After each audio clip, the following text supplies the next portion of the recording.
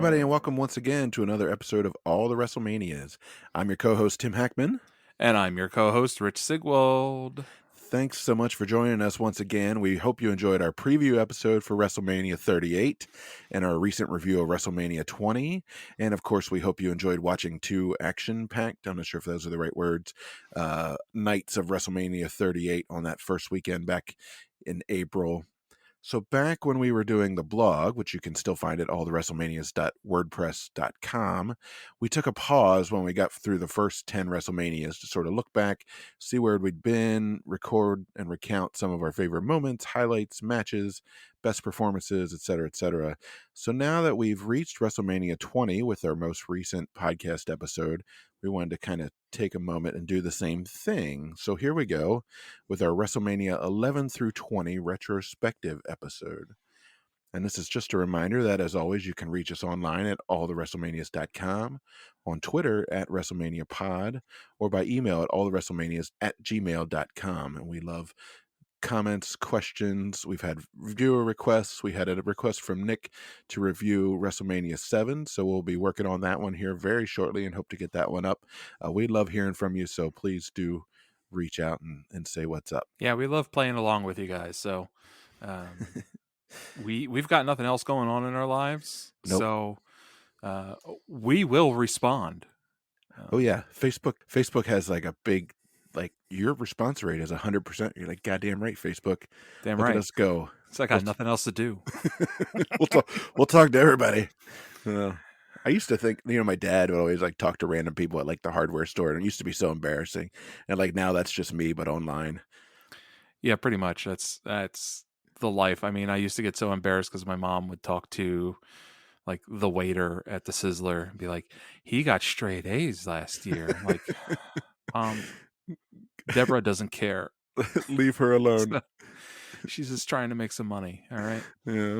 Yeah. But now it's totally me. It's fine. Now my wife gets embarrassed the way that I used to with my father. My mom never did that as much, but my dad was all about it. My dad would, like, if he could have it, his ideal job would be like just talking to old guys on a bus stop somewhere. I don't know if anybody pays you to do that, but that's what he would do. I mean, really, you just got to stop showing people at Nando's the picture of your dog on your phone. Like, you just got to stop that. No, it's. I refuse. I will always show anyone who asks and anyone who doesn't ask, a picture of my dog. Sometimes I'm just like, hey, do you like dogs? And they're like, no, get away from me. I'm like, no, look at this dog, seriously. So anyway. Sir, this is a Wendy's. Sir, this is a Wendy's. There are no dogs here. All right, so what did we learn from WrestleManias 11 through 20? What kind of trends and developments did we see? I don't know if you had anything you wanted to start with here. Yeah, I mean, the biggest thing probably is that we saw the start and end of the Attitude Era in this window of WrestleManias. So we saw the end of the gimmick, and we saw like the push towards edgier content and stuff like that. Like, and then like it just kind of sucks away. Like it tapers. It's still a little bit there. Like the trashy treatment of women is still there. Right. But like a lot of things have become tamed down now. We also saw a weird flashback to the heyday of WWF with like the return of King Kong Bundy and Bob Backlund, and the Ultimate Warrior came back. And a few of them even got title runs. Like Bob Backlund actually had a brief run with the heavyweight title.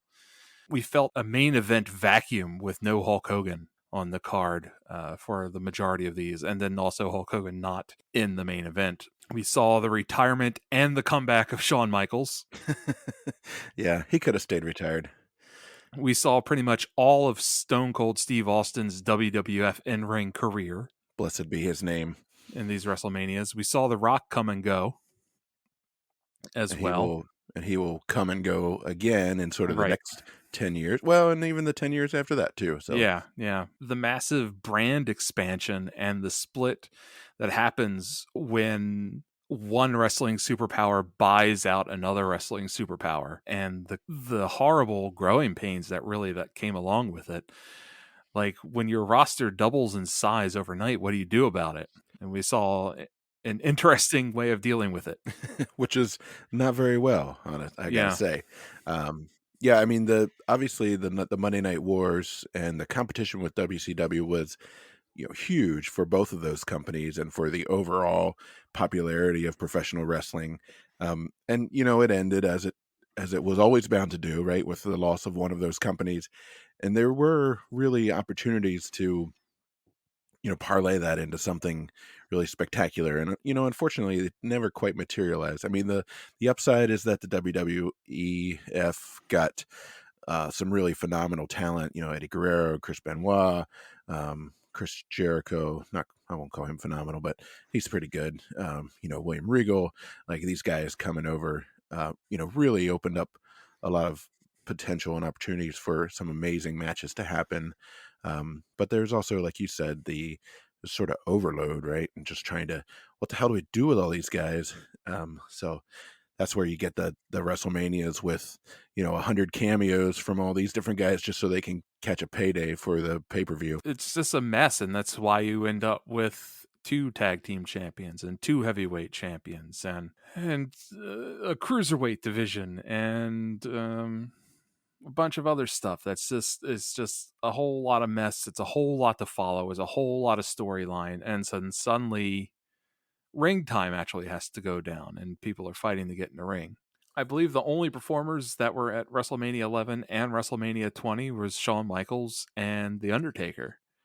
All the other ones Wow. had pretty much revolving talent, revolving door of tons of special people that came in and out. We saw celebrities go from being eye candy in the audience, like, oh, look, Regis Philbin is here, and oh, look, Muhammad Ali, and blah, blah, blah, blah, blah, to now they're in ring, like Mike Tyson and several others. They end up in the ring. We had the expansion of gimmick matches. So we have I Quit matches, Iron Man matches, street fights, dumpster match. We have ladder matches. It's really interesting how expanded the realm of wrestling became in this time period too. Yeah. And you even get a hardcore belt too to go with the hardcore matches. And we also saw the fall of tag teams, but we saw a renaissance in tag team specialists like the Hardy Boys and the Dudleys and Edge and Christian. But then we saw a real lack of care for them. So there's like the last few of the WrestleManias in this group, that's all fatal four ways or triple threat tag matches that without really any heat building up for them. They're just like, all right, all the tag teams get out there and fight for the belt tonight. Good call. Right. Yeah, I don't, we don't really ever get, we won't ever get a return to sort of the glory days of the tag team that were sort of the 80s and the very early 90s.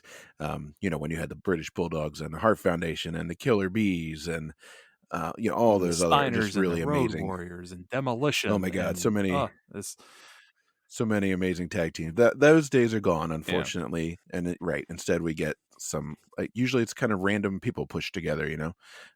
Right. So like what the at WrestleMania 20, RVD and Booker T are tag champions. Right. We also did see a resurgence in women's wrestling near the end, even though it mostly came through the Divas concept. We did have like Trish Stratus and Lita and Jazz, Hmm. Ivory and Victoria all come up, and we have like the women's belt is back suddenly out of nowhere after Alundra Blaze disappeared with it. Yeah, and we watched a lot of WrestleManias that had zero women's matches Yeah. on them in this sort of interim period. And yeah, I'm glad to see them coming back. And I think, as we get into the next 10, which I don't want to give anything away, but that women's division will become larger and more active and more robust, I would say, which is a good development. Absolutely. And they're good matches too near the end that they're having. But we also had the disappearance really of the Intercontinental Championship as well. So we had The Rock versus Sultan at WrestleMania 13. Then we had Chris Benoit winning it in some weird match at WrestleMania 16. And then we had Rob Van Dam at WrestleMania 18. But other than that, the Intercontinental title really doesn't show up. That's a good point. I actually don't know that I had noticed that. I mean, I noticed that the matches weren't there, but I didn't really put it together. Right, again, like going back to the glory days of the '80s and '90s, where guys like Mr. Perfect, like Ravishing Rick Rude, like Bret Hart, of course, really carried that Macho Intercontinental Man, Ultimate division. Oh Warrior, man, some of the greatest Tito of all time. Santana. Tito, They were all Intercontinental champions, and their matches were always just as good as the main event, or even sometimes were the main event, especially when it was when Warrior and Hulk went at each other. Warrior was the Intercontinental champ, and Hulk was the heavyweight champ. yeah. Well, don't forget Ricky Steamboat and Randy Savage, Right. Oh, WrestleMania 3, sort of a co-main event of that WrestleMania. I picked up on obviously some of the same things that you did, and one of the things that stands out to me is the how spectacular of a run guys like Rock and Stone Cold had, but they are so short. And I think about it, I think back, and it seemed like they were on TV forever, because we watched them every damn week in, week out, and they were just such a part of my viewing experience and my life. It just seemed like they were there forever, but it's a relatively short yeah. window, and it's interesting to kind of see that in retrospect. We definitely kind of suffered through the massive loss of talent to the WCW at one point. Before that all came flooding back, of course. Yeah, because I Um, mean, what and we had then, Hulk Hogan at all first 9. yeah, one through Yeah, nine. so that's a hell of a run compared when Even you look at The Rock, who The Rock is like just like a fizzle and like Stone Cold is just a flash in the pan compared to right, Hulk Hogan's run or Bret Hart's run. Bret Hart's there since WrestleMania 2. yeah, for sure. And then we didn't mention the ruthless aggression era, which kind of takes the end of the Attitude Era and tries to keep some of the edgy stuff and kind of start building some new personalities. That's when we get, you know, Randy Orton and Batista, and Ric Flair comes back, and Triple H obviously becomes a big deal and gets a push, despite the fact that I don't think any of us were really asking for it. And there's a few other, of course, stars that I think we start to see at the end of this set of 10 WrestleManias, and who will become a bigger deal in the Yeah, I next mean, we 10. get blessed with Kurt Angle and Brock Lesnar, a couple Holy geez. shooters, Yeah. and that's something that we hadn't seen in a very long time in the WrestleManias is two guys with legit cred and seeing them throw down. Yeah, that's true.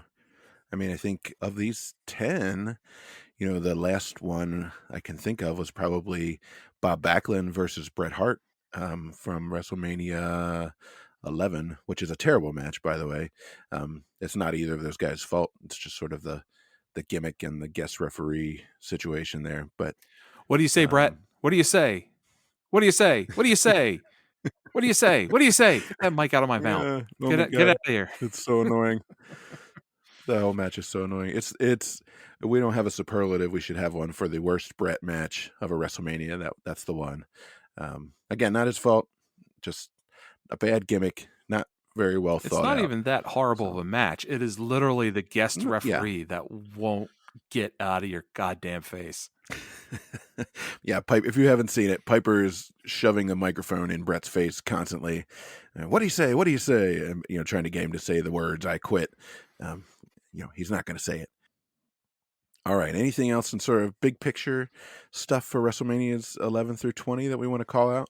There was one thing that I had started deciding to dig through, and that was what talent did WWE have in their roster? Who's hanging out in the locker room that never actually showed up in one of these WrestleManias? Now, this is just WrestleMania 11 through 20. So some of the big names, uh, the Bushwhackers, they're still on the roster for some of this part, and they never show up. Yeah. Marty Jannetty is still there. Marty Really? Jannetty is still floating around. Oh, Uh, we have Haku slash Meng. He came over. Uh, K Quick slash R Truth is on the roster at WrestleMania 17. oh shit. Christopher Daniels is on the roster during 14, 15, and 16. Brian Pillman was on the roster. Mabel slash Viscera was on the roster. And probably the biggest surprise was that Mark Henry was there all through this entire run and never shows up on WrestleMania. And like he's Wow. even part of the Nation of Domination, but the WrestleMania where they come out, he doesn't come out with them. Interesting. I wonder what's going on Yeah, with it's that. kind of weird. Also, an interesting name, Nicole Bass. I Hmm. don't know if you remember Nicole Bass. So I initially remember Nicole Bass from the Howard Stern show. She was a member of the Whack Pack. She was a female bodybuilder that had a very deep voice, and they would sometimes tease her about actually being a man.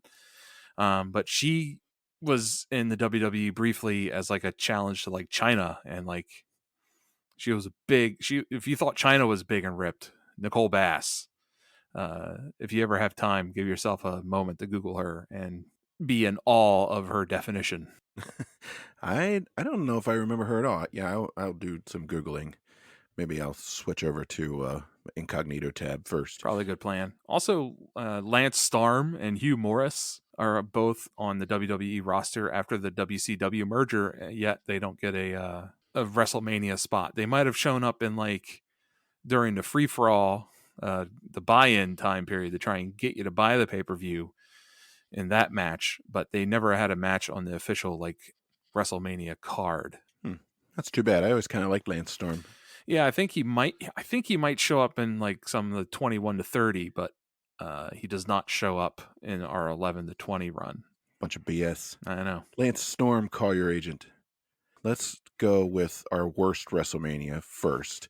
And again, we're just talking 11 through 20. What would be your pick for that, Rich? I am actually tied between 11 and 15. Okay. So let's hear the arguments. 15 has the Butterbean versus Bart Gunn boxing match, which is fucking Yeah, awful. I actually thought that was pretty Mm. amusing because I really like boxing knockouts, and I really like it. I was legit worried about Bart Gunn though after that because Yeah, he really got like legit that he was the got end of clocked. him. That was the end of his career, pretty much.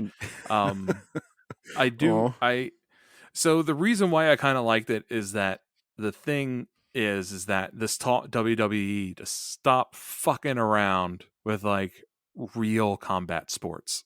right.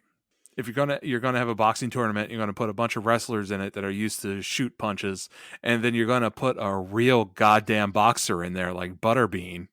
You gotta recognize that your talent's gonna get knocked the fuck out. Like Yeah, somebody's gonna get like hurt. Just- there's no way anybody went into that thinking that, oh, I think Bart Gunn has a chance against Butterbean. yeah, no, Butterbean, if you all don't remember, was knocking people out left and right. He was a big old fat dude. He kind of looked like Michael Chiklis on a diet of nothing but Crisco. He's literally Um, King Hippo from Punch Out come yeah, alive. he really is. He really is. Yeah, and his whole gimmick was he was like a tough man contest kind of guy, and he just got in the boxing ring and he would just knock Yeah, people he out. doesn't need to be in Um, good shape if he can knock your ass out in 15 seconds. He doesn't need to go more than a round. so I would say, my argument against 15, and obviously I'm not looking at the whole card. My argument against 15 was that main event match with Stone Cold and The Rock in their no DQ match where they kill multiple referees is a really good one, and that was enough to bring that one up a few points in my Yeah, I estimation. mean, I have that one flagged as one of my favorite matches, but Shane McMahon versus X-Pac, Undertaker versus Big Boss Man, and then hanging the Big Boss Man. But then Boss Man's fine. Um, Mankind versus Big Show was god awful. Oh Jesus! Oh, I forgot about that. I blacked it out. Road Dogg beating Gold Dust and Ken Shamrock and Val Venus in a 4-way match. I guess that is an intercontinental title match. Yeah, it's and then Hardcore Holly defeating Al Snow. Like it, there's this Owen Hart and Jeff Jarrett defeating D'Lo Brown and Test. Like I just don't. Sable and Tori was terrible. Like there's nothing on this card that like saves it. Like it's just like I would fast forward for the first 2 hours just to get to Stone Cold and The Rock. And even that match, in my opinion, if you remember right, we kind of railed against that match a bit because it didn't need to be a no disqualification match. We would have preferred to see Right. them just work a straight match in the ring and see what they can really do Yeah, instead of just hitting each other with ring bells and chairs. Like, and that one's yeah, that one I think we sort of called out as kind of unnecessarily extreme. There's like a lot of dropping each other on like lighting rigs, and like I said, they kill several referees in the course of that match. I don't know if Mike Chioda was ever the same, actually, if he took a He chair to the twitches a face. little bit Um, now. Yeah. so I mean that's a solid contender for the worst of this batch. I mean, I had picked 11 because that's one that we flagged as Oh yeah. the worst since WrestleMania 2, I believe we called it when we first did the write up for it. And it's a really bad one, and I think maybe it's especially bad after WrestleMania 10 had been so damn good, and we were like so pumped, and and then to follow it up with this turd of a show. As I mentioned, it has the worst Brett match, the I Quit match with Bob Backlund and Piper screaming all the time. There's a bad Undertaker versus King Kong Bundy match that doesn't go anywhere. Diesel and Shawn, I have almost zero recollection in that match, so it must not have done anything for me. The main event, if you are lucky enough to not remember, is Lawrence Taylor, football player Lawrence Taylor, versus Bam Bam Bigelow, noted main event wrestler Bam Bam Bigelow. And the upside of that one is I always like Bam Bam Bigelow. Actually, he's a really agile fat guy, which I always like. And Lawrence Taylor apparently had some decent training because he actually does some wrestling moves and does a surprisingly good job. But it's still a football player versus sort of a gimmick guy. And on top of that, each of those guys has like 100 people with him at ringside, including like half of the active NFL that year. So that I don't know, 11 was really bad. Like I'd have to maybe put it up next to 15 and maybe do some side by side. 11 was rough, just because it had Lex Luger and British Bulldog did not work well as a tag team in the first match. Razor Ramon is major face now and is facing Jeff Jarrett, who we hate. Boo, Jeff Jarrett. Undertaker versus King Kong Bundy is this weird and not like it's the comeback of King Kong Bundy basically, and it just doesn't work. We have Owen Hart and Yokozuna and they're working heel, but Owen Hart is carrying that match. Yeah, I remember Yokozuna kind of just doing a lot of the old Andre the Giant, Yeah, kind of just standing in the corner, leaning on the ropes for the yeah. duration. Then Brett and Bob, and then like you said, we can't remember the Diesel and Shawn Michaels match.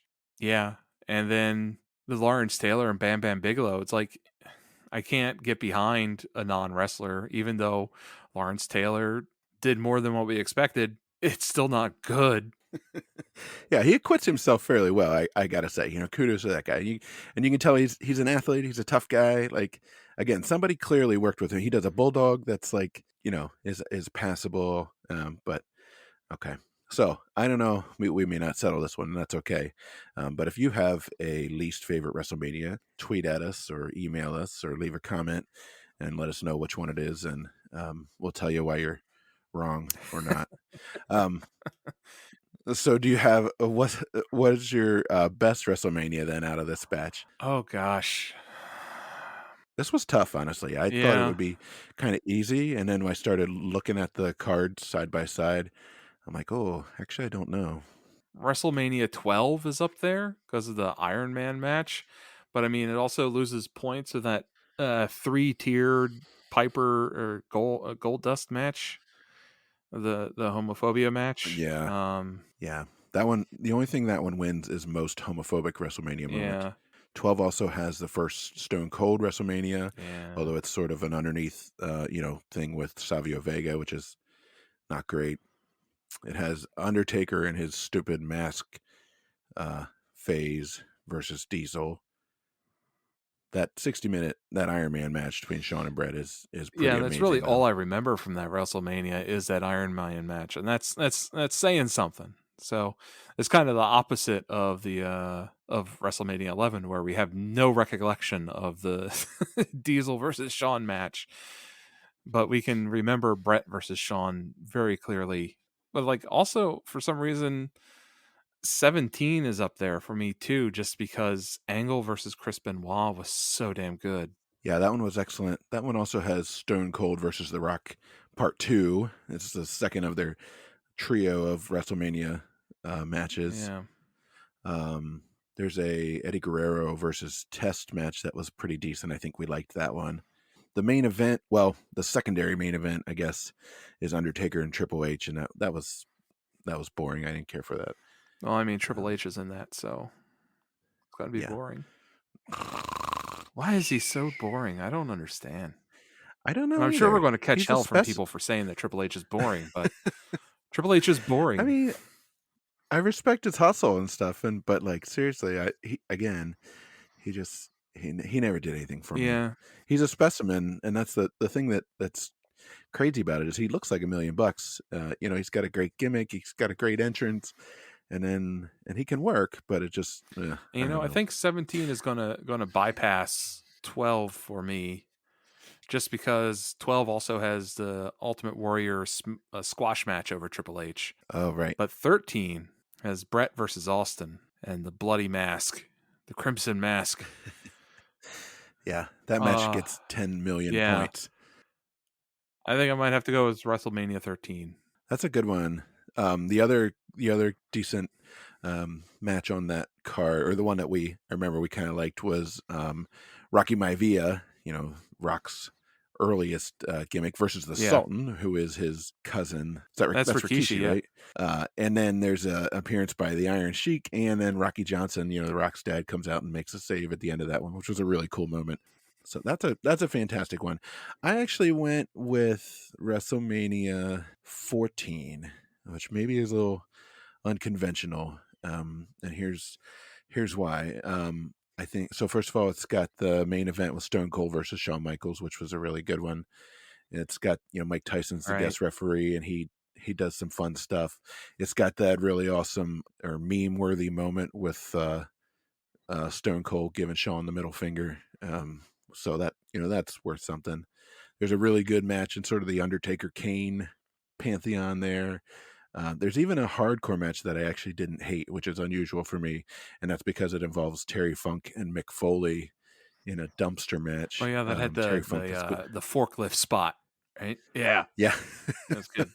And there's ladders, and they fall off ladders into the dumpsters, and like that match was actually way more Oh fun than it right, was than it that needed to be. Mick Foley is up on the ladder and goes flying out of the ring Into the into the dumpster. dumpster. Oh Yeah. god, that looked rough. Over the top rope. Yeah. That's against New Age Yeah, Outlaws, right? Terry Funk, minor points off because Terry Funk is going by Chainsaw Charlie in that one, and it's like it's goddamn Terry Funk. Like it's like stop it. it's so that WWE can't own his name. That's why. So dumb, so dumb.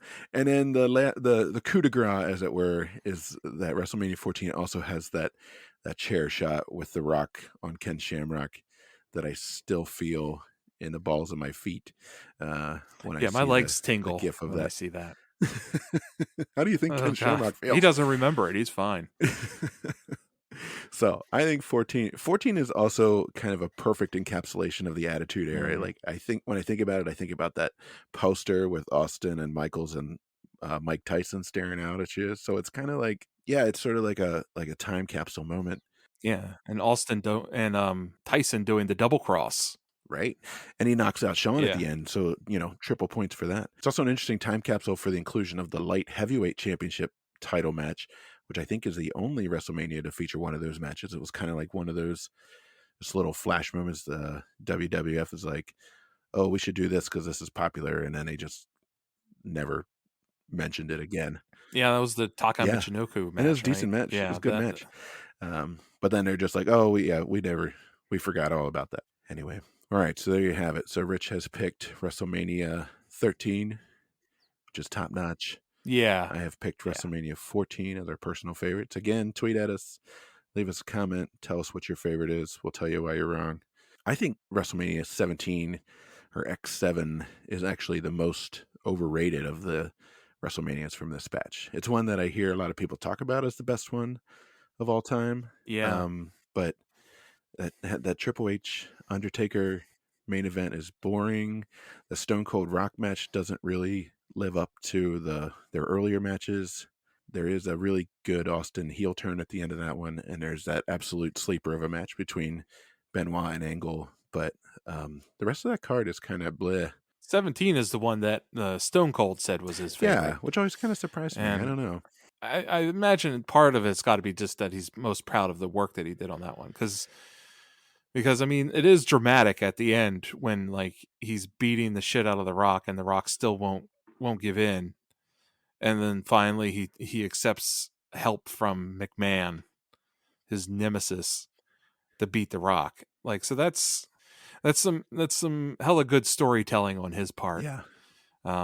But that doesn't make the match good. And there's some Well, I mean, I should say right. great, because I mean, I think you have certain expectations coming in because it is Stone Cold and The Rock. So if it was anybody else that had that match, if that was like Test and Triple H having that match, we'd be like, that is the best Test match and that is the best Triple H match we'd ever seen. But because Yeah. it's The Rock and Stone Cold, and they're two guys that we expect another level out of because they're on a different level than everybody else on the roster at that point, I think it just comes off as mediocre. But yeah, I probably would be with you with the overrated listing for WrestleMania 17, even though that Angle Benoit match Whew, yeah. is a gift to mankind. That's a barn burner. That's incredible. I've watched it several times since we did our original watch of it, and it's man, those guys really bring it. Did you have an underrated one? Did you make a pick for underrated? Probably the most underrated. I would probably put WrestleMania 14. You don't hear a lot of people talk about WrestleMania 14, right? I agree actually. That's the one that I kind of thought like for all the really cool stuff that happens in that one, it doesn't get brought up that much. And here's my thesis on that. Is it because it is so tied to a particular time and place in the Attitude Era, you know, and again that poster, it seems maybe it's kind of like frozen in a way that some of the others aren't. But I still think it's really good. Yeah, I mean Mike Tyson has dropped out of the limelight for the most part. But you have the Undertaker versus Kane match, which was very good for two big guys. Yeah. Yeah, and we have the Taka Michinoku match against Aguila, who's Essa Rios. But Taka Michinoku and Aguila put on a great match for us. There again, the light Yeah, heavyweight kind of went away after that. So it's like, what is right, there to remind you of that stuff that happened at that WrestleMania 14? You know? right. We forget about that the Legion of Doom fought the comeback new Midnight Express with Jim Cornette. Yeah, and we have The Rock crushing Ken Shamrock's skull, and like you have some good moments on this card and some good matches on this card that you just don't hear a lot about. I guess on this card, Mark Henry does show up ringside, but I mean, he doesn't have a match. Like that's Yeah, weird. and that dude could work. I used to love him.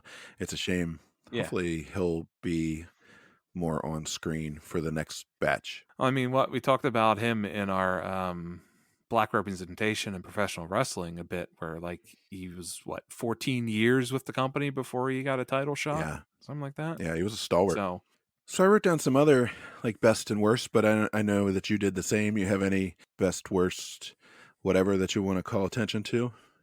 so we had talked about announcers on the last one, and I thought it would be a good spot to where like really this era is defined by the voice of Jim Ross. Yeah, And I think that's really important to note that like Jim Ross is the storyteller of the Attitude Era and has a tremendous influence to shaping everything with wrestling at this time period.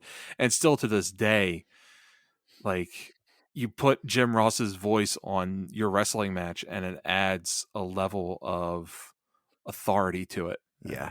Well, So like if you could pay Jim Ross 10 grand to come out and call your backyard wrestling match and throw it on YouTube, you're going to get some sort of credit out of it just because Jim Ross is calling your yeah. match. So Stone Cold is great, obviously, but like there's something next level about a Stone Cold match called by Jim Ross. You know, it's like just the perfect combination of medium and messenger. You know, and yeah. Well, and the other evidence of this is that anytime there's a halfway entertaining like fight video or celebrity slapping another celebrity, for example, somebody takes Jim Ross's commentary and lays it over it and puts a video up on YouTube, and it takes it to the next level. And like before Jim Ross is in WWE, he's doing announcing elsewhere. And, you know, we even talk about how interesting and great his announcing is on the Chi-Town Rumble. So, but before this, WWF's commentary was really Gorilla Monsoon and heel talent.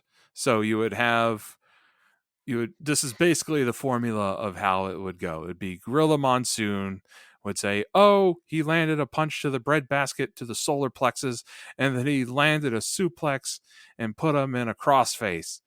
And then you would have, "Let me tell you something, Gino. This is something racist that's coming out of my mouth." And now we have Jim Ross telling us stories. Like, nobody's really calling moves except for every once in a while Jim Ross will be like, "Oh, that's a slobber knocker," or "Oh, that's a great suplex. He's really got some good mat technique." And then Jerry Lawler goes, "Puppies." That's really the Attitude Era's Yeah. commentation. And so that's why now Jim Ross is so stuck there, because Jim Ross was telling us the story of what we were seeing in those matches. And so that's why we all can hear Jim Ross's voice when the Undertaker threw Mankind off the top of the Hell in the Cell. We can hear Jim Ross's voice when we see Stone Cold in a sharpshooter from Bret Hart. It's the storytelling that he did for us that really brought the era together. Yeah, I agree. He's my favorite, probably. He's my favorite post Gorilla Monsoon commentator. Gorilla Monsoon was fantastic. I love that guy to death. But There's nobody replacing no, Gorilla but Monsoon. right, you're right. It's a very different kind of thing that's going on. I think honestly, Gorilla sort of had the kind of more old school wrestling, almost like he was doing it on radio, where you have to sort of describe, what's happening. Whereas Jim Ross definitely came out of the television broadcasting school, right? And he knows that we can see just as well as he can what's going on. His job is to fill in the story around it, And if you listen to like football announcing or whatever, like yes, they tell you what the plays are. But a lot of it is about, what's this player all about? What's that player all about? How long has he been there? What do they want from him, from the team? And that's a lot of what Jim Ross did here. It's like, why is Austin mad at this guy? Why is Austin mad at that guy? Gee, Austin sure is mad at a Yeah. lot of people. It's also a change in the approach to professional wrestling as well, to where Gorilla Monsoon was calling it like an actual athletic competition. He's calling the moves, he's talking about injuries and stuff like that. While Jim Ross, wrestling has now shifted to the story that's happening.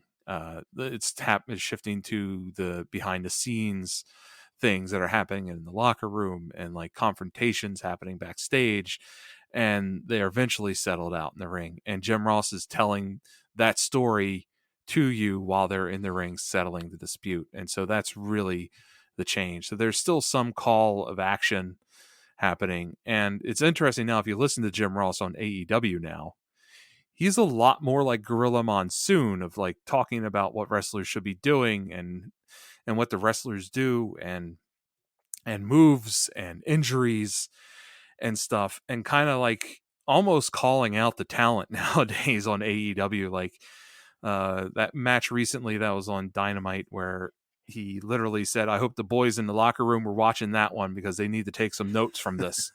Like, Yeah. damn, way to call out your Yeah. your Yeah, no, coworkers. I definitely get the sense that he's maybe getting a little bit annoyed or aggravated by some of the garbage that he has to watch week in, week out on AEW. And I like AEW, but goddamn, this guy's needs some practice sometimes. So I think that's a great role for him, honestly, there as a sort of like as an Yeah, old head, right? Who like just doesn't give a shit anymore. He's like, yeah, this is garbage. their AEW stories just aren't as linear and as clear as WWE's storytelling was in the Attitude Era. But the Attitude Era and the end of the Attitude Era and going into the Ruthless Aggression is equally soiled by the rise of Michael Cole. We hate that guy. Oh, I rage at him every single time he He's talks in really these bad. WrestleManias. He's really bad. And I know we're approaching a realm of where it's going to be more Michael Cole all the time, and I might have to quit the podcast. Yeah, maybe we could just watch it on mute. I don't know. Um, it's it's not good. I don't want to turn this into a shit on Michael Cole session. So maybe we should just keep moving. But No, we can move He's on, not but I great. mean that's the big shift between the Attitude Era to the Ruthless Aggression that like not a lot of people talk about, and it's Michael Cole taking over the some of the storytelling from Jim Ross. Yeah, 100%. All right. So long story short, Michael Cole sucks. Jim Ross rules. Um, onward and upward. Did you make any other lists for these WrestleManias?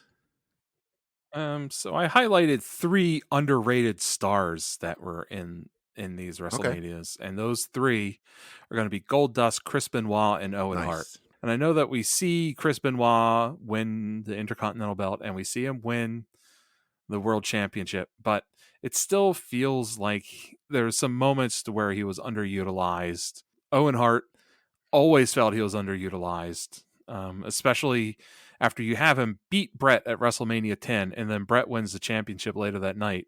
But then it just the next WrestleMania should have been Brett versus Owen in the main event for the title. Like I don't Yeah. understand.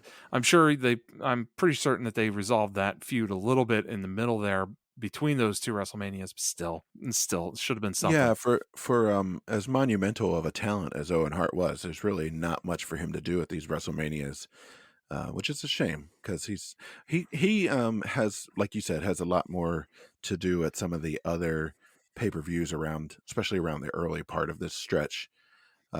So maybe we can watch some of those and kind of dig into some of his other work. Yeah, and then you have Goldust, who's comes from wrestling royalty and is arguably the best worker of all Yeah. of of of the 3 known Rhodeses. And he's also being bold in doing this androgynous gimmick that he does. And it's very well thought out. Like his promos are all movie quotes and it's like a fully developed character and stuff. But then he's what in I mean, we're just only looking at WrestleManias, but he's just in like a fight with Piper where he gets his ass beat in 3 different He locations. basically gets gay bashed. Right.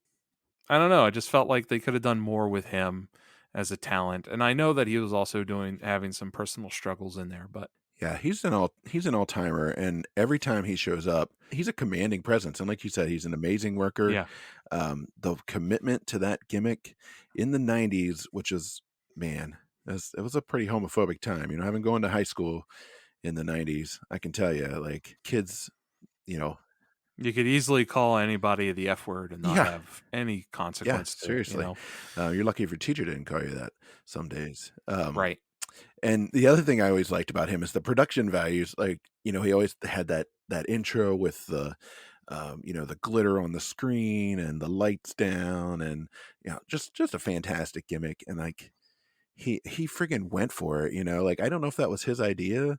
I haven't done enough reading on that to know, but like whether or not it was, he just like he didn't half-ass it. That's for sure. Yeah, it's probably one of the most well-rounded character gimmicks of this era, besides like The Undertaker. That character is still discussed now. Can I add one more underutilized or maybe underrated or Oh, underappreciated? sure. And that is Booker T. And we Oh, talked a yeah. little bit about the reasons for that, which is, he got sort of buried in the middle, kind of mid card position, coming over from WCW, and they didn't really know what to do with him. They kind of tied him into a bunch of kind of racist storylines and stuff. But man, that guy is such an athlete and such a worker. He has some really excellent moments at WrestleManias. I think it's 18 and 19 for sure. I wish to God that we had gotten a little bit more of him. So again, maybe a good argument for going and watching some of the other pay-per-views from around that time. Chase Booker T's matches, that would be great, especially and even to flip over to WCW and watch some of his stuff on there and like watch him and Stevie Ray and Harlem Heat. Harlem Heat Um, with yeah, Sherry. um, yeah. Man, love those guys. All right. The worst gimmicks. So I have 4 of them, and so one of them is the Godwins. No one fucking believes that pig farmers came to the WWF to What? wrestle. I know it's true. The Body Donnas, Lame. fitness freaks, the All American Lex Luger gimmick push that they did with him, trying to make him the next Hulk Hogan, trying to fill that gap, was an utter failure and a terrible idea. Lex Luger was recognizable enough to wrestling fans to recognize him from his NWA Jim Crockett Promotions stuff, to know that who he is. And like, you introduce him as the narcissist Lex Luger, where he's just like posing in front of a mirror, and then the next day he's body slamming Yokozuna and he's all American. Like, He did it on a battleship though, or an aircraft carrier, so he did it for America.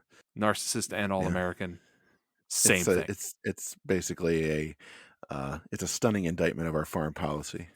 Yeah. And then the last one, and it's one that this person is held on to still, and that is country music star Jeff Jarrett. Fuck Jeff Jarrett. He still smashes people with guitars. Nobody believes that you're a country music No. star. No one believes that you No. can sing. No one thinks that the Road Dogg was your real No. roadie. And your wrestling getup is stupid. It's like that shirt with like the collar and then like laces to like straps that connect to your belt. It's a stupid look, and you're a stupid person, and it's a stupid wrestler, and it's a stupid gimmick, and your country music story is stupid Wow. too. There's a lot of anger. He does tweet a bunch of Bible quotes, so that should help. No. Ric I was Flair go ripoff That's what I was about to fuckface. say. He's a Ric Flair. He's country music Ric Flair, which nobody asked for, nobody wanted. Any other superlatives that you wanted to take note of? So I put down the best talker of the era is The Rock. Yes.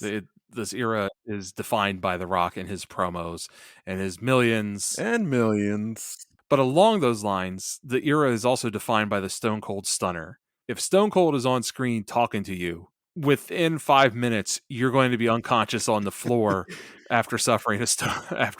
Somebody's getting a It's just, stunner. Yeah. I'm waiting for Stone Cold to like give Ice-T the stunner on that Yeah. Tide commercial. That's Like, how just that's how I want those to end. use cold water because Stone Cold said so. Bam. Stunner. Glass Like, break. perfect. Yeah. Yeah, great. Yeah, no, absolutely defining move. Again, talk about an absolute match between like star and move and persona.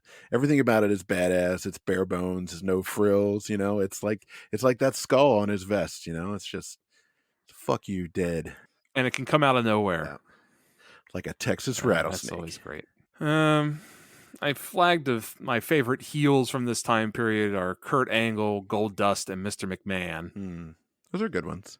I think they're the three best heels of this whole thing. I mean, Mr. McMahon character is probably one of the most evil heels of all wrestling kind. He's predatory capitalism personified, right? Like, he doesn't Right. care about his workers. He only cares about his own ego. Yeah, no, he's a fantastic character. Can I add Eddie Guerrero to your list? Like, Oh yeah, he's such a great heel, but the thing that makes him a really amazing heel is like everybody still cheers for him anyway, because like he's so damn likable and he's like handsome and ripped and like can work his ass off. So everybody knows that he lies, yeah. cheats, and steals, but they still go for him anyway. You're charmed by him. You can't help it. Yeah, I mean, Just look at charms those you. pearly whites. Kurt Angle, I agree, is a fantastic heel and has some of the all-timer moments from these WrestleManias. I mean, we talked about that Benoit match. He's in that match against Guerrero in number 20. He's in that match against Lesnar in 19. I mean, he's in 2 of my top 5 matches. Yeah. Thank So. God for Kurt Angle during this period. He's even in a three-way match that I think we actually like that has Benoit and Jericho and Angle. That's from WrestleMania 16 from 2000. Yeah, an overlooked match. So Piper is technically the face in that homophobic thing that happens in WrestleMania 12 with Goldust, right? Goldust is the heel. Yeah, there's no winners in that. You try not to apply today's morality to art of the past, but like watching that now, like, yeah, Piper's just kind of gay bashing this guy. So maybe he's not the fun trickster we all thought. You also think about, like, you put that in the context too that we had also already seen Piper in half blackface too. Yeah. In this ongoing project of ours. And so it doesn't help that, like, when if we're sticking just to WrestleManias, like the only thing we've really seen him do is fight Mr. T, fight Bad News Brown, and taunt Bad News Brown by being in half blackface, and beat up an androgynous character that may or may not be gay, even though he has a wife. Marlena is his Right. wife. Right. Well, she was his manager. Um, She's his kayfabe manager, right? Like Marlene is Dustin's real life I think wife. also kayfabe wife and real Oh, life really? wife. I think they even say that she's Oh, Goldust's interesting. wife. So Hmm. he just doesn't like Goldust because he supposedly wears like women's Yeah. underwear, and then he gets stripped down in the ring and it proves that Yeah. he does. And this podcast doesn't kink shame, as we've said Yeah. multiple times. Whatever you're So into, man, it's great. So, on each of our episode reviews, we usually pick a holy shit moment, sort of the moment that would elicit the holy shit chant, or one that just really made us sit up and take notice. I have a tie, I think, for mine for the overall for 11 through 20. So it's either The Rock killing Ken Shamrock with the chair from WrestleMania 14, or it's The Rock and Stone Cold killing multiple referees with chairs in WrestleMania 15. Those are mine, and I have a hard time. You could flip a coin, but why would you want to? We're just going to let them both shine in their way. I have two, and mine are actually from later in this window of WrestleManias, and it's pretty much a push as well for me between the Undertaker coming back as the Dead Man at WrestleMania 20, and that whole entrance and the pomp and circumstances happening with that. And like he's even got Paul Bearer with him, and there's dudes with torches. He's got two different entrance musics. Like, holy I shit, knew you would pick that one. that would have to be there. But the other one is going to be Brock Lesnar's shooting star press Yikes! botch. Yeah, And it's not because I think he was crazy doing it. We know that this is a move that was in Brock's repertoire. It's just so scary. And there's a certain amount of bravery that goes into professional wrestling. And like even Jim Cornette talked about this when talking about the injury that happened to Big E. Like, why are you doing that bump outside of the ring? And it's kind of like, why was Brock Lesnar doing this bump? But it's also the thing is that him and Kurt in this match were basically at a stalemate. They're countering each other. They're constantly going at it. And Brock was just, and so like him going for the shooting star press makes storytelling sense. And like Brock Lesnar's just like, I got to pull out all the stops to try and put this guy down. I'm going to go to the top rope and I'm going to fly like a goddamn eagle. And it almost worked. almost Um, missed it by that much, as I used to say. Honestly, if Brock had been seriously injured, we would not put it on there because it's not a joke what happened to him, and it's scary. But when you see it, and I remember seeing it when WrestleMania 19 first aired, going, "Holy shit!" Like Yeah. watching it again now, 19 years later, it was again, "Holy shit!" Whoa, man! God Well, I kind of feel damn! like if you were in the Like it was the oh shit, holy yeah, shit, god damn, Jesus Christ moment. Like if you were in the crowd for that, though, I feel like the reaction would probably be more of like stunned silence than because you don't want to do a holy shit chant if the guy is actually laying there with a broken neck. That's not a good no, look. But yeah, no, it's no. very it's stunning still. It's legit scary. But like but also just like the look of the moment. Like I was already saying oh shit when like Brock starts climbing the ropes, and then you say oh shit again when he jumps, and then you say oh shit again when you see the move that he's trying to do by the rotation he's doing in the air, and then you say oh shit again when he lands on his head. That's a whole lot of shit. It's a spectacularly crazy moment. Yeah, can you imagine? That I think people just don't talk about it because of its result. But it's I I I can still see it in my mind. I can still it makes my legs tingle. It's that moment for me. Yeah, those are some good ones. I knew you would pick that Undertaker moment because How I can I not? I'm a fucking mark. I I'm know a you mark would. for I knew him. you I were going to can't. flip out the minute that whole thing started. When I was watching, I'm like, oh my god, I'm going to have to call Rich and make sure he's all right. I started bouncing in my seat like a kindergartner. Like, Your wife starts to get nervous. yeah. All right, so we're almost to the end. I think we're going to run down our best 5 matches from these WrestleManias. Let's start at the top with number 5. So, what was your pick for your best match, fifth best match from WrestleManias 11 through 20? And that's going to be, for me, it's going to be Rock versus Stone Cold at WrestleMania 15. Um, we talked about how, like, this match, I'd imagine would have been a lot better if it had been a straight match. I can imagine these two guys really working and telling a story in the ring better than just like throwing shit at each other for 20 minutes. But it's still compelling. It's still really good. Um, and so that's going to be, it would probably be higher in this list, if not number one, if it had been a clean match. Yeah, that's a good one. That one made my list as well. Number five, for me, I cheated a little bit and I had a tie. I had a tie between Chris Benoit versus Kurt Angle from WrestleMania 17 and Eddie Guerrero versus Kurt Angle from WrestleMania 20. Both just outstanding matches, storytelling. Benoit and Angle is almost looks like a shoot. I'm pretty sure parts of it are a shoot. Guerrero and Kurt Angle is a much more pro wrestling kind of match, I would say, with a really spectacular heel finish. Just some all time work from those guys. Absolutely. They're spectacular. All right, what's your fourth best match? Fourth for me is going to be Kurt Angle versus Brock Lesnar, WrestleMania Nice. 19. Just before the botch and having to do a quick F5 pin him finisher, wrap it up because I might be dead, kind of ending. These guys were giving us a real shoot, great match, pushing each other, tying each other up, lots of holds, lots of suplexes, lots of cool spots, keeping it in the ring, really wrestling. It had a very authentic feel to it, and that's the kind of thing that I really love in matches. Yeah, that's a great pick. I think that one didn't make my top five, but if it had a different ending, and I wish I'm sure Brock Yeah. Lesnar wishes it had a different ending too. It would have made my top five. My fourth one was Shawn Michaels versus Bret Hart, the Iron Man match from WrestleMania 12. Again, Mm. just Bret Hart is my all-time favorite. Best there is, best there was, et cetera, et cetera.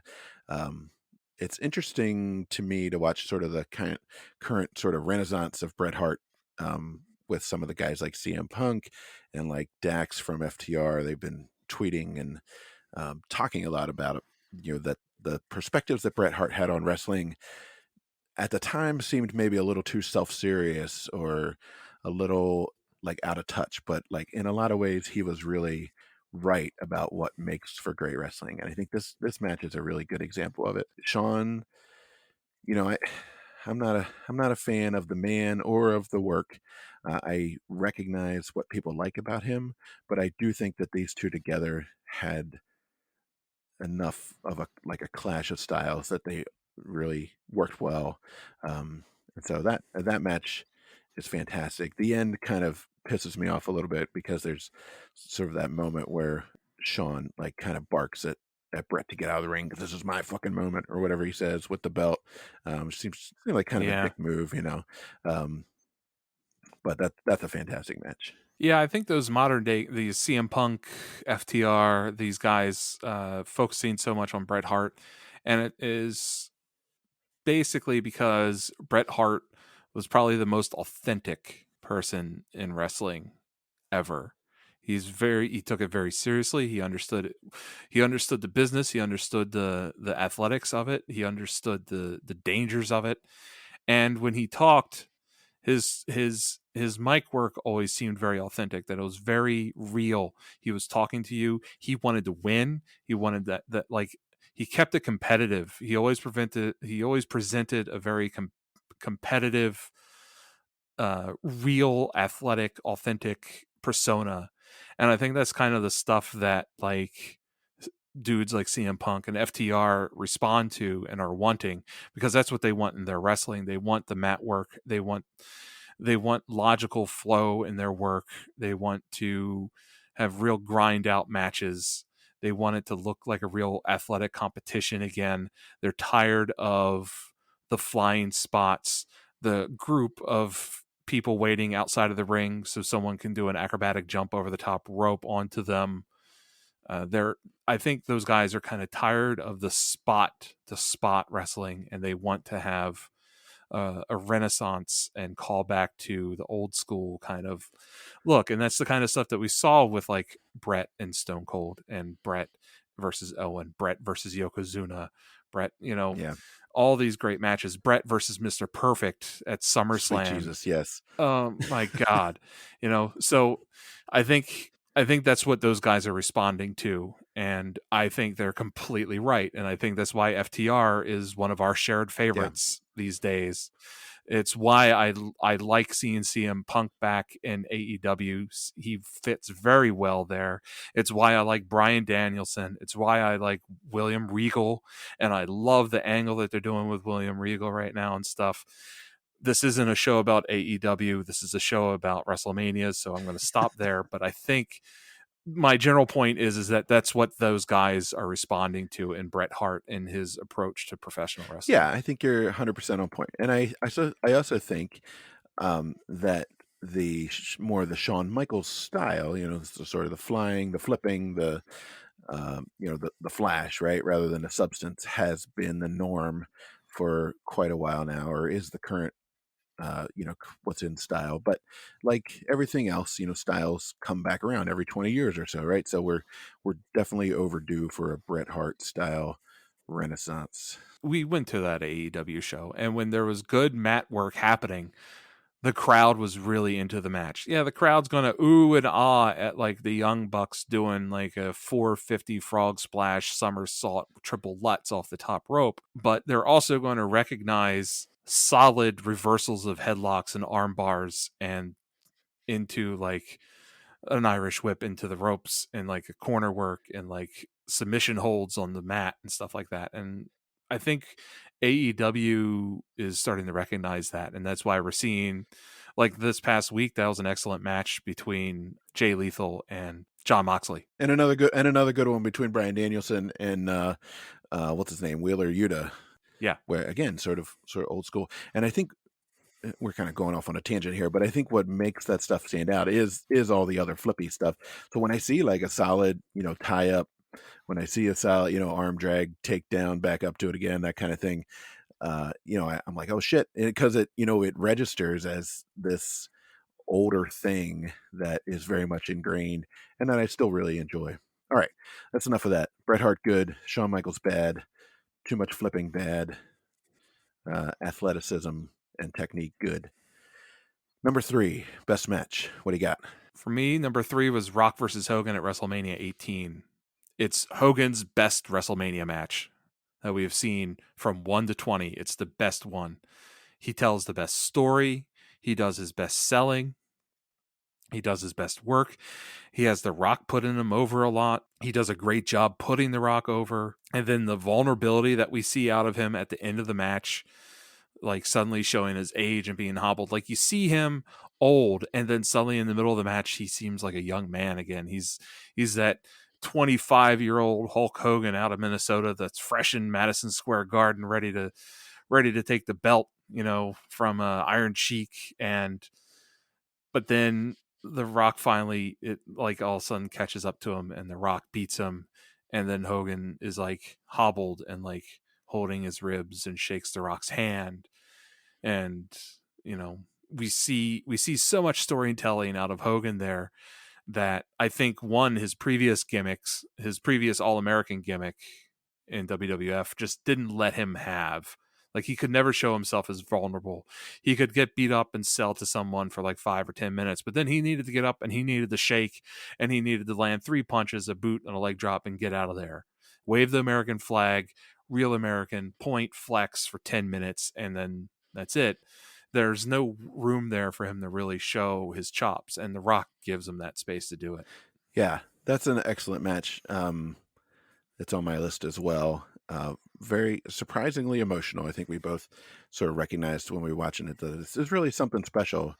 Sort of the major stars from two generations coming together, but not in a gimmicky way, not in a kind of fake sort of, let's just throw these guys in the ring in a way that really made a lot of emotional sense. And like you said, I think Hogan is given the opportunity there to do some stuff that he just hasn't been able to do before. And I think, coming up in the glory days of Hulkamania, a lot of that story, a lot of that appeal or brand was about his invincibility, and he would get beat down and beat down and beat down, and then he would get up and make the comeback, right? And So it's interesting now here to see him little aged, little gray in the beard, not able to get up and make the return the way he has, but still sort of a proud warrior.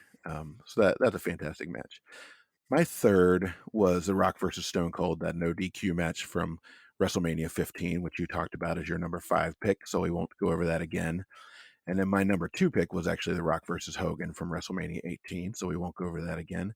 I kind of thought that we would have an awful lot of overlap here. So what was your number 2 match? My number 2 was Kurt Angle versus Chris Benoit at WrestleMania 17. Won't have to go into too much of that. I just really enjoyed how those two worked together. I was caught off guard by it. That was partially the reason why I picked this. Like I already was a big Chris Benoit fan because I watched a bunch of his stuff on Nitro and the WCW stuff that I used to watch that you didn't. I loved him as a horseman, so I was excited for him to have a match. And at this point in time, watching these, I didn't have fond recollections of Kurt Angle. I never liked Kurt Angle's like character back in the day and stuff like that. But now I understand, a bit more grown up, not watching it in the time. I understand that Kurt Angle is like the perfect foil to Stone Cold. He's clean. He's an all-American champion. He plays by the rules and stuff, kind of, but he is actually kind of villainous by doing it. But him and Chris Benoit definitely seem to completely throw down and have a total shoot match here. And like Benoit is doing some spectacular maneuvers to get Kurt Angle into his crossface, and Chris is reversing Angle's holds, and they're scrumming on the mat and stuff like that. And it's just some really great stuff out of those two that like it would ping pong back and forth between like legit holds and stretches to professional wrestling moves and then back. And the way they made it seamless was really what put this match way up on my list. Yeah, definitely a fantastic match and a real sleeper. Again, I had the same reaction Yeah. when I picked it as a tie for my fifth. I think when we were watching that WrestleMania, we're messaging each other. You're like, "Wait till you get to this match." I'm like, "Oh yeah, I was ready." So, all right, I have a feeling we're both gonna I have think the we same do. match as our number one. Should we try to say it at the Sure. same time, or should we just? Okay, we're gonna do it on three, three, two. Oh, well, I guess we'll do it on one. Three, two, one. Brett Brett versus versus Stone Austin. Cold. Yeah. That Yeah. was terrible. WrestleMania 13. Stone Cold Steve Austin versus Bret Hart. Oh, it had Um, everything. ugh, yeah. What do you want to say about this It one? had great technical work. It had great brawling. It had like great use of color. It had drama and storytelling. And then it's finished where Stone Cold, he's been sitting in that sharpshooter for, I swear to God, like 10 minutes. And he's like screaming and like pounding on the mat, and he's not giving up. And Brett's just leaning back harder and harder. Ken Shamrock is a perfect guest referee, just staying out of the action, not getting in his face, going, "What do you say? What do you say?" Because this is another I quit match that, but he's staying out of it. And Stone Cold finally just passes out because he can't bring himself to say that he gives up. And then Brett doesn't release the hold, and suddenly Brett's an asshole. Yeah, Oh, what an a-hole. Yeah. So Austin comes into that one as the heel, and Brett comes in as the face, and they sort of both they turn. And this is one of those cases, man. We saw it in that Rock and Hogan match where the audience just gets it like immediately. yeah. They instinctively feel what's happening, and they're like, oh shit, all of a sudden Austin is the good guy now because he refused to give up. He's so tough, he's never going to quit. And Brett is now the bad guy because he does hasn't, after all his whole life, his whole spiel about being a rules guy, right, and taking the business seriously, now he's acting like a total a-hole, and he's not breaking the hold. He's inflicting unnecessary pain and punishment on Stone Cold. um Yeah, and there's hints of yeah. it happening. So like the crowd is starting to turn on Brett at the start of the match. There's some negative signs on him, but like it's still like Bret Hart, and people can't bring themselves to hate him. And the only thing that he can do is cripple Stone Cold. It's just a fantastic work of art. It's a Mona Lisa of wrestling. Like I bet if we do like a 1 to 40 WrestleMania retrospective in like a couple years, this match is still going to be at least in the top 5, if not still number 1. Yeah. Yeah, it's still gonna be up there. And around this time of year is when WrestleMania's happened. So it's been the anniversary of that one here, maybe a week or two ago. And everybody's, talking about it and posting about it and tweeting about it. And I literally can't get enough of people The talking about that Crimson match. Mask. And The again, it's Crimson Mask. and again, it's all this stuff that makes Bret Hart, well, both of these guys really, but I'm gonna just gush about Bret Hart a little bit more. Just some of the stuff that just makes him so incredible. His ability to do both cold, technical, and then also just serious violence and storytelling. And his face is always on point. He always telegraphs exactly what he's doing with his face. A lot of guys, sometimes forget that part of the whole thing. He's a serious So guy. That was his whole yeah, gimmick, is that he's serious. yeah. The excellence of execution. He's the best there is, the best there was, the best there ever will be. Like, that's a serious statement. Like, there's no lightheartedness with Bret Hart. You never even in like his kind of jokey feud with Jerry Lawler about like the Hart family and stuff like that. Bret is fucking as serious as a gunshot wound through that whole thing, and it just sells it. It Yeah, just makes it so much better. we love Bret Hart. Bret Hart, call us. Come on the show, Bret Hart. Sponsor us. We'll gladly call ourselves the Bret the Hitman Hart talking podcast. We'll talk about you as much as you Yeah, want, yeah. We'll review a Bret Hart match every and then single talk about it episode. for 5 hours. It's fine. Yeah, people will throw up. So yeah, it's So those are our top 5 matches from WrestleManias 11 through 20. Some really good stuff in a sort of uneven batch of WrestleManias, I would say. Yeah, and I mean, even WrestleMania 20 was pretty decent, but there's this level of mediocrity that happens in between 13 and 20. That's just kind of It's understandable, kind of, given the historic moment and some of the stuff that's going on.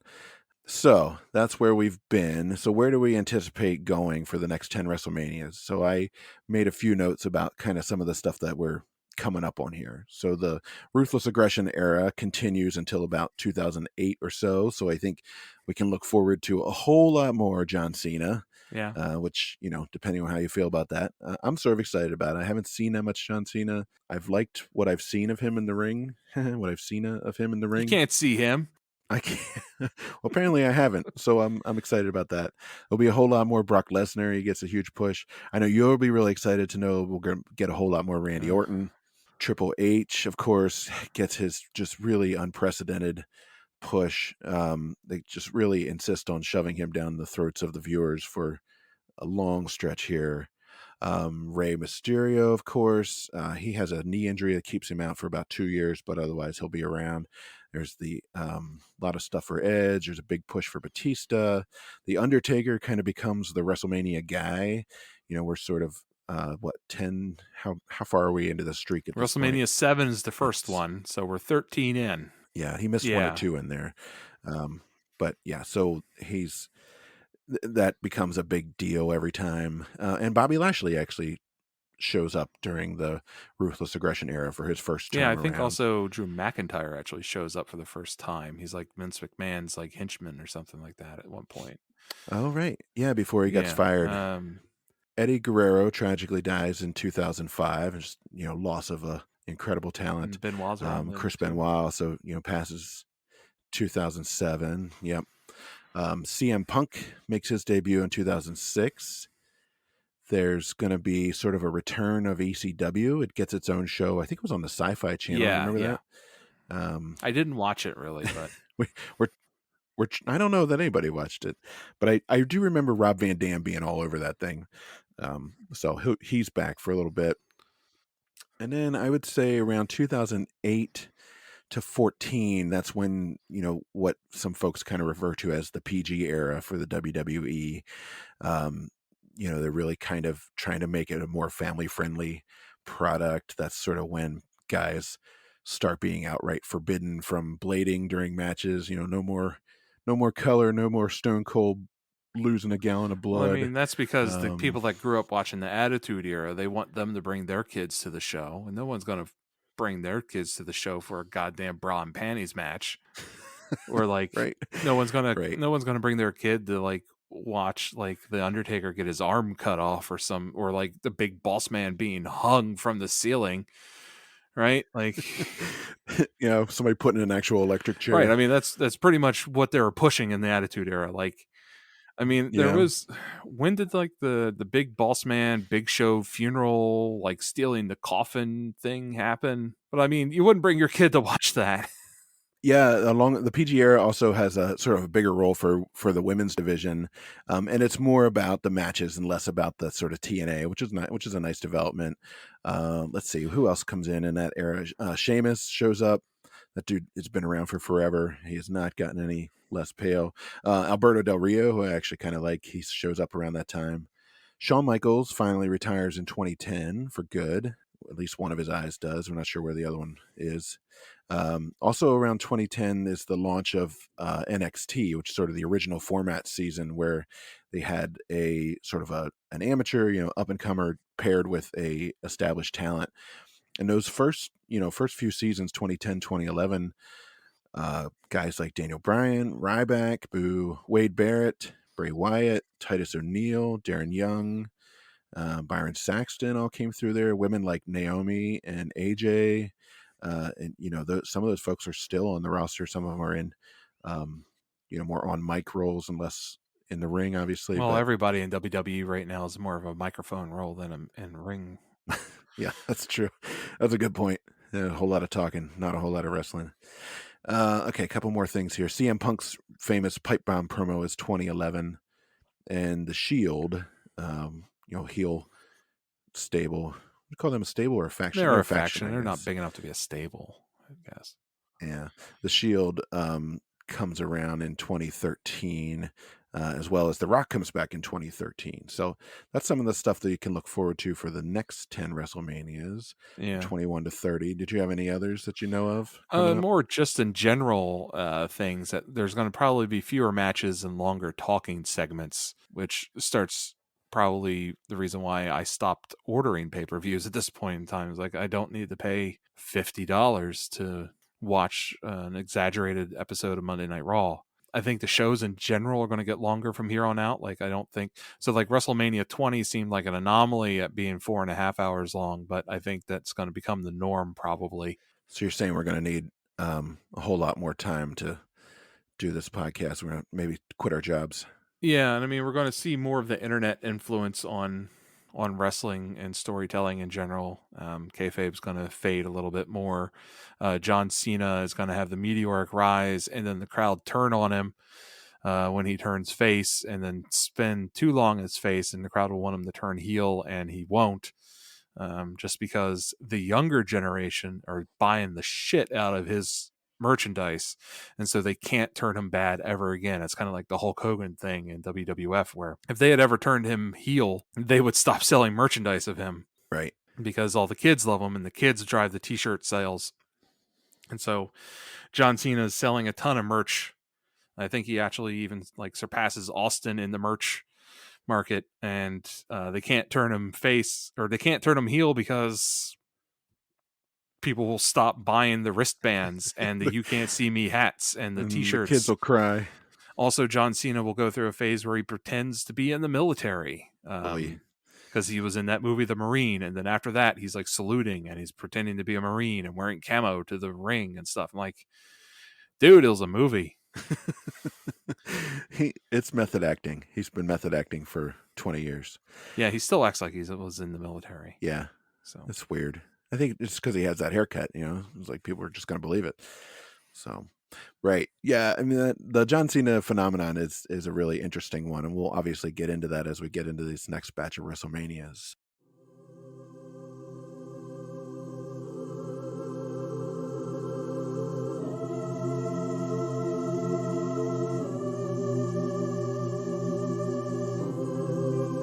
Those from WrestleManias 11 through 20 who are no longer with us include William Moody, aka Paul Bearer, Bam Bam Bigelow, King Kong Bundy, Howard Finkel, Mr. Fuji, The Rocket Owen Hart, Pat Patterson, Rowdy Roddy Piper, the British Bulldog Davy Boy Smith, Nikolai Volkov, Reggie White, Yokozuna, Classy Freddie Blassie, Chris Candido, Vic Damone, Stu Hart, Jose Lothario, Mr. Perfect Kurt Hennig, The Ultimate Warrior, Vader, Captain Lou Albano, China, aka Joni Lauer, Crush, Road Warriors Hulk and Animal, Rocky Johnson, Marvelous Marvin Hagler, Luna Vachon, Chris Warren, Big Boss Man, Gorilla Monsoon, Test, Chris Benoit, Dustin Diamond, Michael Clark Duncan, Fabulous Moolah, Mabel aka Viscera, Eddie Guerrero, Brian Christopher Lawler aka Grandmaster Sexay, Crash Holly, Mae Young, Earthquake John Tenta, Kamala aka James Harris, Lemmy from Motorhead, Matthew Noi aka Rosie, Garrison Cade, Salvador Guerrero III aka Chavo Sr., Bobby the Brain Heenan, Junkyard Dog, Mean Gene Okerlund, Harley Race, Superfly Jimmy Snuka, and Big John Studd.